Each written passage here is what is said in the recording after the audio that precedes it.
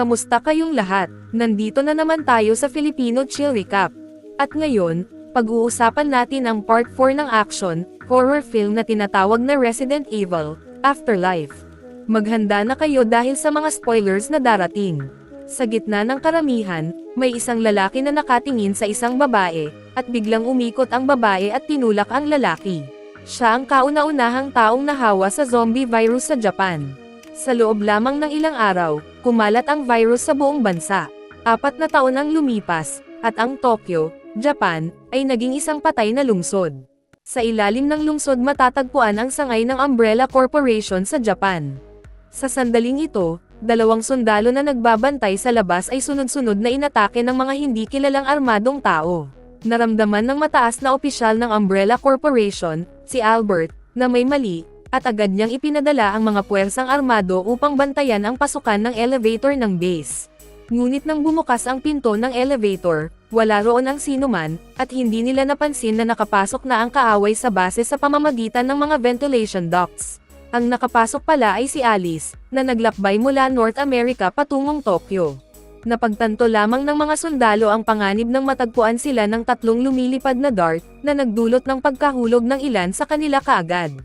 Hawak ni Alice ang 2 kutsilyo habang sumugod siya sa gitna ng mga tao, parang Grim Reaper, na naggugupit at nag-iiwan ng mga putol-putol na mga katawan. Halos hindi na nakapagbalik ang mga sundalo bago pa man patayin o masugatan ang higit sa kalahati sa kanila. Sa wakas, 3 sundalo lamang ang nakapag-react at nagsimula ng putukan kay Alice, ngunit hindi man lang nila siya nataman. Mabilis na nakahanap ng taguan si Alice at ginamit ang mga bangkay bilang proteksyon. Sa pamamagitan ng sunod-sunod na pag-atake, ginawa niyang parang pugad ng hornet ang mga sundalo. Ang huling sundalo ay nagpatuloy sa paglaban, sabay putok gamit ang 2 baril. Ngunit mabilis na gumawa ng acrobatic si Alice, umiikot ng 360 degrees sa hangin, iniiwas ang paparating na bala, at sa pagbaba niya, inihagis niya ang kanyang samurai sword. Ngunit habang natapos na niya ang isang squad, may natagpuan siyang isa pang squad na naghihintay na sa kanya. Hindi na nag-aksaya ng oras si Alice at inilabas ang kanyang superpowers.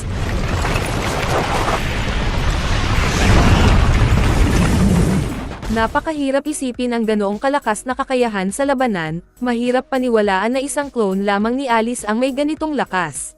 At may sapat na clones para bumuo ng isang buong hukbo. Di nagtagal, kumalat ang mga clone ni Alice sa buong base. Napagtanto ni Albert ang malubhang sitwasyon at napilitan siyang lumikas sa base, sakay ng helicopter. Binuksan din ni Albert ang self-destruct sequence ng base habang umaalis, at ilang sandali lamang, naglaho ang buong base.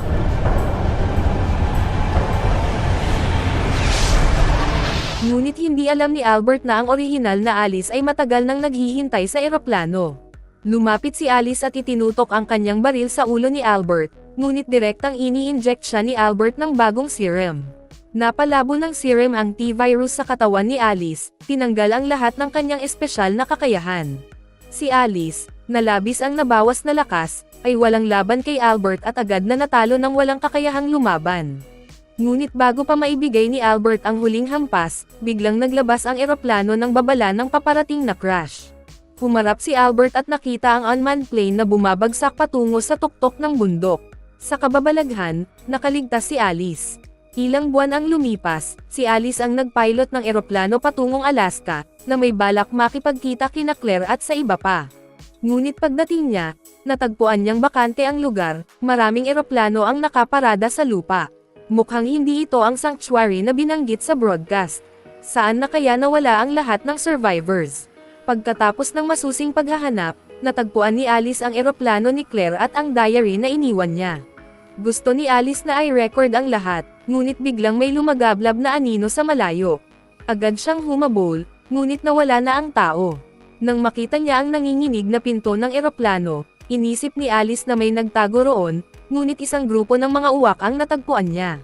Ngunit habang nag-relax siya ng kaunti, biglang may isang babae na sumugod at tinulak siya.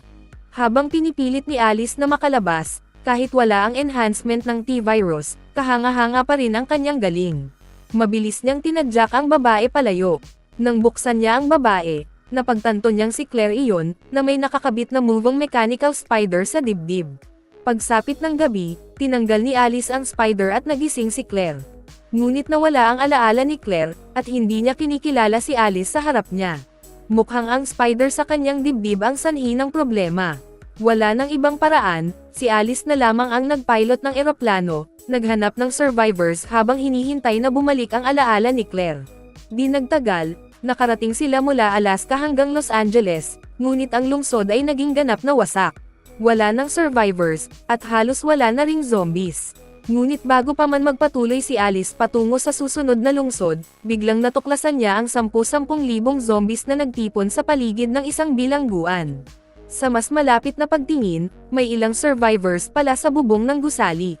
Nang makita nila ang eroplano ni Alice, tila nahanap nila ang kanilang pag-asa. Ngunit nang paikot-ikot na silipin ni Alice ang bilangguan, natuklasan niyang napapaligiran ito ng zombies, at imposibleng makapasok mula sa ibaba. Kaya't nagdesisyon si Alice na direktang maglanding sa bubong. Naunawaan ng mga survivors ang intensyon niya at agad nilinis ang daraanan. Bumagsak si Alice pababa at maayos na lumapag sa bubong. Ngunit dahil sa maikling runway, kahit may power lines bilang panangga, bumangga pa rin ang eroplano sa gilid ng pader. Parang babagsak mula sa gusaling may taas na 100 metro, ngunit tumalon si Luther, ang basketball star, at sa tulong ng iba, nahatak nila ang eroplano pabalik mula sa gilid ng pagbagsak. Pagkatapos ng maikling pagpapakilala, tinanong ng mga survivors kung narito ba si Alice upang iligtas sila. Ipinahayag ni Alice ang kanyang panghihinayang. Natuklasan nilang narinig din nila ang broadcast. Ang tinaguriang Alaskan Sanctuary ay isang mobile ship na patuloy na kumukuha ng survivors sa baybayin, kaya't napagdesisyonan nilang doon pumunta. Ngunit napapaligiran ng zombies ang bilangguan, kaya halos imposibleng maabot ang barko. Kayang magdala ng 2 tao lamang ng eroplano ni Alice sa bawat biyahe, at kahit ilang beses niyang ulitin, walang kasiguruhan na ligtas ang landing. Sa gabay ni Luther, naghanda si Alice na maligo sa banyo. Ngunit di nagtagal, nakarinig siya ng kakaibang tunog. May revolver sa kamay, maingat siyang lumapit at natuklasan ang isang bald pervert na balak siya silipin habang naliligo. Galit na iniutos ni Alice na umalis agad ang lalaki, ngunit biglang nagbago ang mukha nito sa takot. Lumabas na zombie pala ito. Agad na tumugon si Alice at binaril ang zombie sa ulo. Ang baldman naman ay kinuha ng isa pang zombie at itinulak sa tunnel. Agad na nagmadali ang iba upang suriin at natuklasan na ang mga zombies ay marunong pala gumawa ng tunnel. Mukhang hindi naligtas ang bilangguan, kaya kailangang makalabas agad. Walang ibang pagpipilian, natutunan ni Alice na may isang bilanggo sa kulungan na alam ang daan palabas, ngunit kailangan nilang palayain siya upang humingi ng tulong. Bagaman iniisip ng lahat na delikado ang bilanggo, pinili ni Alice na buksan ang selda. Paglabas ng bilanggo, napansin niya si Claire na nakatayo malapit. Lumabas na si Chris, nakatatandang kapatid ni Claire. Ngunit si Claire ay patuloy na nakakaranas ng amnesia at hindi nakikilala ang kanyang kapatid. Kasabay nito, may higanteng nilalang na may hawak na ilang ton na palakol na mabilis na papalapit sa bilangguan. Agad na pinamunuan ni Chris ang lahat sa aksyon. Ipinabatid niya na may armored vehicle sa likod ng steel gate na sapat para iligtas ang lahat, at may arsenal sa loob ng bilangguan na puno ng iba't ibang armas. Biglang may malakas na tunog mula sa labas ng gate si The Executioner na may hawak na dambuhalang palakol. Naghiwa-hiwalay ang lahat at nagsimula sa kani-kanilang aksyon. Si Alice at Chris ay naglakad papunta sa binuong arsenal na binawha. Si Claire at Luther naman ay humawak sa gate upang makabili ng oras. Ang iba ay hinatas ang buksan ang steel gate at kunin ang armored vehicle. Di nagtagal, nakarating si Alice sa pintuan ng arsenal, ngunit bago siya makausad, biglang lumitaw ang isang zombie mula sa tubig at hinayla ang isang kasama nila na babae sa ilalim. Sunod-sunod na zombies ang sumugod mula sa tubig. Natuklasan nilang hindi lang marunong gumawa ng tunnel ang mga zombies, kundi marunong ding lumangoy. Matapos malampasan ang ilang zombies, nakarating na si Alice at Chris sa arsenal. Nang makita ang iba't ibang armas, natuwa si Alice. Samantala, nabuksan na ang steel gate, ngunit ang makina ng armored vehicle ay nasa labas. Aabutin ng 1 linggo bago ito maayos. Nang marinig ito, agad pinatay ni Bennett ang kanyang kasama at plano niyang kunin ang eroplano ni Alice at umalis.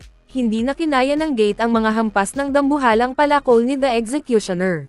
Lumabas sina Claire at ang iba sa gate, ngunit ito ay nasira. Pinangunahan ni The Executioner ang walang katapusang zombies papunta sa kanila. Tumakbo sina Claire at ang iba sa bubong, ngunit nakita nila na si Bennett ay sakay na sa eroplano. Dumating rin si Alice sa bubong, ngunit itinutok ni Bennett ang baril sa kanila at lumipad sa helicopter. Walang magawa, pinanood nila ang helicopter na lumilipad at maraming zombies ang nakarating na rin sa bubong. Habang bumabalik ng putok sa zombies, mabilis silang umatras patungo sa elevator, ngunit nasira ito. Kinailangan ni Alice na sagipin muna ang daraanan pababa sa banyo. Nang makasakay na ang lahat sa lift, ibinagsak ni Alice ang isang bomba sa ibabaw ng elevator. Gamit ang naipong tubig sa shaft bilang panangga, ligtas silang nakarating sa ground floor. Samantala, hinarap ni Alice ang zombies sa bubong nang walang takot. Nagkabit siya ng wire sa sarili. Inihagis ang bag ng bomba bago maabutin ng zombies, at tumalon mula sa gusaling may 100 metro taas. Bumagsak ang mga sumusunod na zombies parang ulan mula sa matataas na gusali. Isang segundo lang, sumabog ang bomba. Bago bumagsak, tinanggal ni Alice ang wire at matapos harapin ang ilang zombies, ligtas siyang nakalapag. Mabilis siyang dumaan sa zombies at sa tulong ni Luther, muling nakasama ang grupo. Ang tanging daan palabas ay sundan ang tunnel na ginawa ng zombies, dahil ito ay konektado sa mga sewage pipe at sa huli, sa dagat. Nanguna si Chris, sinundan ni Luther, ngunit nag-atubili si Kim. Biglang nahati si Kim sa dalawa ng isang higanteng bulok na kamay si The Executioner na dumating. Tinadyak ni Alice si The Executioner sa mukha, ngunit wala itong epekto, at muntik na siyang masagi ng palakol. Sa malalakas at mabagsik na atake ni The Executioner, tanging pag-iwas lang ang magagawa ni Alice. Nang makakita ng pagkakataon para makontra, tinamaan siya ng palakol at bumagsak ng malakas sa pader, nawalan ng malay. Nang makita si Alice na malapit ng maputol sa dalawa, dumating si Claire. Upang iligtas siya at ilipat ang atensyon ni The Executioner sa pamamagitan ng pagputok sa kanya. Lumiko si The Executioner upang atakihin si Claire, ngunit nakaiwas ito sa pamamagitan ng pagdok. Nang makita ang baril sa lupa, nagkaroon ng ideya si Claire. Nang sumugod si The Executioner sa kanya, gumapang siya, kinuha ang baril sa lupa, at pinaputok mula sa ilalim. Tinamaan si The Executioner at bumagsak. Ngunit nang akala ni Claire ay tapos na ang panganib, bumangon muli si The Executioner at hinagis ang kanyang dambuhalang palakol. Sa kabutihang palad, nagising si Alice sa tamang oras upang tulungan si Claire na makaiwas sa nakamamatay na hampas, at itinataas ang baril niya at pinaputok ang ulo ni The Executioner. Matapos nito, nakasabay sina Alice at Claire sa grupo at matagumpay na sinundan ang tunnel patungo sa sewage pipe. Ngunit inatake si Luther mula sa likod ng zombies. Nang muling nakabawi, natuklasan nilang natabunan ng debris ang tunnel. Walang magawa, kinailangan ng tatlong natitira na talikuran ang rescue at magpatuloy sa paghahanap ng maliit na bangka upang makarating sa dambuhalang barko. Ngunit nang makasakay na sila, natagpuan nilang walang tao sa deck. Tanging ang helicopter ni Bennett lamang ang nakita. Pagkatapos, nakarating ang tatlo sa cockpit ngunit walang tao. Lahat ay gumagana normal, at ipinapakita ng computer na may libu-libong survivors, ngunit saan na kaya sila napunta? Dahil sa pagdududa, sinimulan ng tatlo ang paghahanap sa cabin, at natagpuan ang isang malaking steel door na may logo ng Umbrella Corporation. Nang makita ito, agad na naalala ni Claire ang lahat ng nangyari bago siya nakalimot ng alaala. Kaka-rating lang nila sa Alaska gamit ang eroplano nang biglang may grupo ng mga armadong lalaki na dumating sa isang speedboat at naglagay ng robot na gagamba sa kanilang dibdib upang pilitin silang sumunod. Si Claire lamang ang nakatakas. Maliwanag na ito ay isang bitag na inilatag ng Umbrella Corporation. Sa sandaling iyon, biglang bumukas ang malaking steel door sa harap nila. Maingat na pumasok ang tatlo, at agad na nagsara ang pinto sa likod nila. Biglang sumindi ang ilaw sa cabin, ngunit wala pa ring nakikitang survivors. Natagpuan ni Claire ang control panel na nagpapakita na ang Umbrella Corporation ay nagsasagawa ng eksperimento sa mga survivors, at iniingat sila sa mga experimental pods sa ibaba. Agad na binuksan ni Claire ang lahat ng pods at natagpuan ang kanyang mga kasamahan na nahuli. Habang sinusundan ni Alice ang trail ng dugo, napunta siya sa isa pang cabin na puno ng mga Umbrella Corporation helicopters at natagpuan ang self-destruct program na katulad ng sa Tokyo base. Nagpatuloy siya at natagpuan ang ilang bangkay. Nang unti-unting tumaas ang display screen, natuklasan niya si Albert. Matapos mabuhay mula sa plane crash, matagumpay na nakaligtas si Albert sa tulong ng T-virus. Biglang lumitaw ang dalawang zombie dogs. Kinuha ni Alice ang kanyang baril, ngunit itinutok ni Bennett ang baril sa kanya mula sa likod. Siya ay naging isa sa mga tauhan ni Albert. Parte ng plano ni Albert ang pagdating ni Alice. Napakalakas ng T-virus, at kailangan ni Albert ng dugo ng tao upang maiwasan ang mutation. Kaya naglabas si Albert ng maling impormasyon upang akitin ang survivors sa barko, ngunit ang dugo ng ordinaryong tao ay walang epekto. Bilang nag-iisang perpektong na-integrate sa T-virus, ang pagkain kay Alice ang makapipigil sa T-virus sa loob ng katawan. Ngunit hindi susuko si Alice. Agad niyang tinulak ang tray ng pagkain at kinuha ang baril mula sa kamay ni Bennett. Ngunit madaling naiiwasan ni Albert ang mga lumilipad na gamit. Matapos mapalayas si Bennett, sinubukan ni Alice kunin ang baril sa lupa, ngunit pinalibutan siya ng dalawang zombie dogs.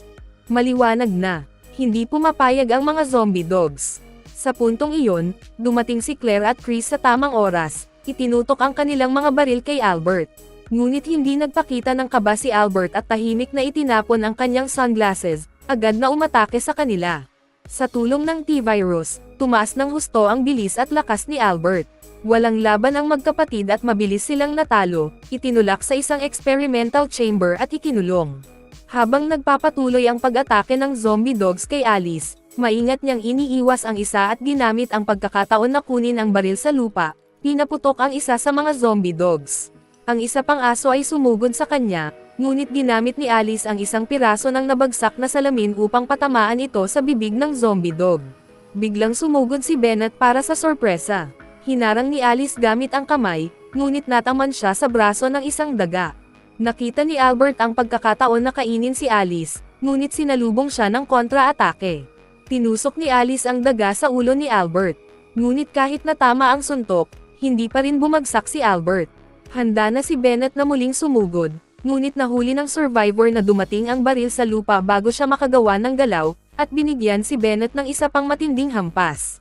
Ipinahaba ni Albert ang kanyang mga tentacles na puno ng pangil at muling umatake kay Alice. Sa tamang oras, kinuha ni Alice ang baril na itinapon ng survivor at diretso pinaputok ang ulo ni Albert. Kahit kalahati na lamang ng ulo ni Albert, patuloy pa rin siyang kumikilos sa lupa. Ginamit ni Alice ang pagkakataon na palayain sina Claire at Chris mula sa experimental chamber. Pinadyak ng magkapatid si Albert sa paa at pinaputok pa ng ilang ulit bago umalis. Nakulong din nila si Bennett. Hindi nagtagal, nakatagpo si Bennett ng isang kakilakilabot na pangyayari, at narinig ang nakakasindak na sigaw. Kamangha-mangha, buhay pa rin si Albert at nakatakas sa helicopter, kinain si Bennett upang mag-regenerate. Bago umalis, sinubukan ni Albert ang self-destruct system ng barko, ngunit hindi siya nagtagumpay. Nauna nang naglagay ng bomba si Alice sa helicopter, at nang malaman ni Albert, huli na ang lahat. Kamangha-mangha, nakaligtas rin si Luther na nahuli ng zombies. Dumating ang walang bilang na survivors sa deck. Plano ng tatlong Alice na sakupin ang barko at i-broadcast sa labas upang iligtas ang mas maraming survivors. Ngunit hindi nila inaasahan ang pagdating ng walang bilang na helicopters mula sa Umbrella Corporation. Bago tayo magtapos ay isa-shoutout muna natin si Catherine Malyari, Rafi Desen, Carlos Montaner, Rodolfo Salonga, Nick Cepriano Jr. Galarido from Bohol, Jex Hanbacanto from Capiz, Leon B. Postigo from Zamboanga del Norte, Rex Tamarong from Sibagat Agusan del Sur, Romalcano from Cagayan Valley, at Wowie Boy from Bocaue. Mag-subscribe na kung hindi ka pa nakasubscribe, pindutin na rin ang notification bell at like button para sa marami pang movie recap katulad nito, at mag-iwan ng comment down below. And as always, thank you for watching.